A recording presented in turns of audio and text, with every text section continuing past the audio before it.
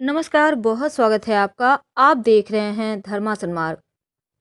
कहते हैं जो मनुष्य सुबह उठकर गौ स्पर्श करता है वह पापों से मुक्त हो जाता है।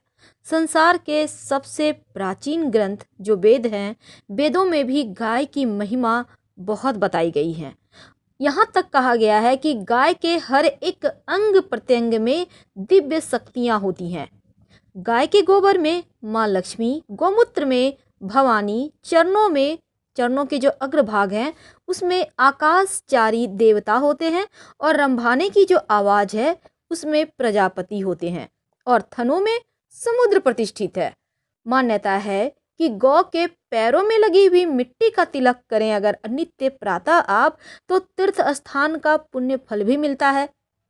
और हमारे धर्म कहते हैं गौ का को जो है दूध देने वाला एक पशु न मानकर अगर उस पशु के अंदर छिपे हुए दिव्यात्माओं को हम स्मरण करें तो हमें घर बैठे ही चारों तीर्थ धाम के पुण्य मिलते हैं।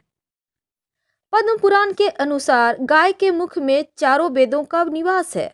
उनके सींगों में भगवान शंकर और विष्णु जी सदा विराजमान रहते हैं और गाय के उदर में कार्तिकेय जी रहते हैं।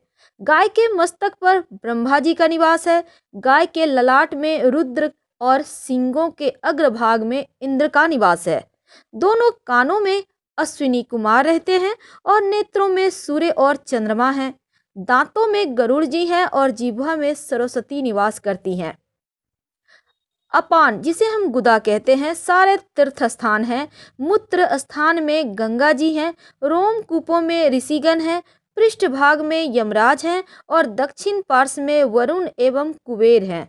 वाम पार्श्व में महाबली यक्ष हैं और मुख के भीतर गंधर्व, नासिका के अग्रभाग में सर्प और खुरों के पिछले भाग में अप्सराएं स्थित हैं।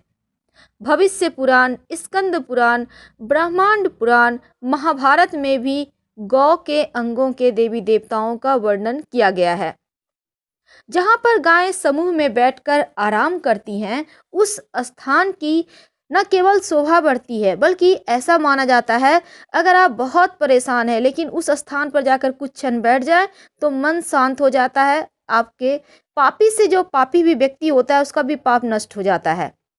और तीर्थ स्थान में दान करने से, ब्राह्मणों को भोजन कराने से, व्रत उपवास करने से, जप तप हवन यज्ञ करने से जो पुण्य फल मिलता है वही पुण्य गौ माँ को चारा यानी हरी घास खिलाने से मिल जाता है। और गौ सेवा से दुख दुर्भाग्य दूर होता है। घर में सुख शांति सदैव रहती है। तो जो मनुष्य भोजन करने के पहले गौ को अन्न का गौ के लिए या चारा का व्यवस्था करता है उसके जीवन में अन्न धन की कमी कभी नहीं रहती।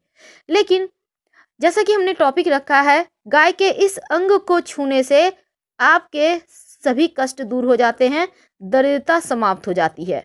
तो वो अंग कौन से हैं? तो वो अंग हैं गाय के दोनों सींग, क्योंकि उनके सींग में रुद्र हैं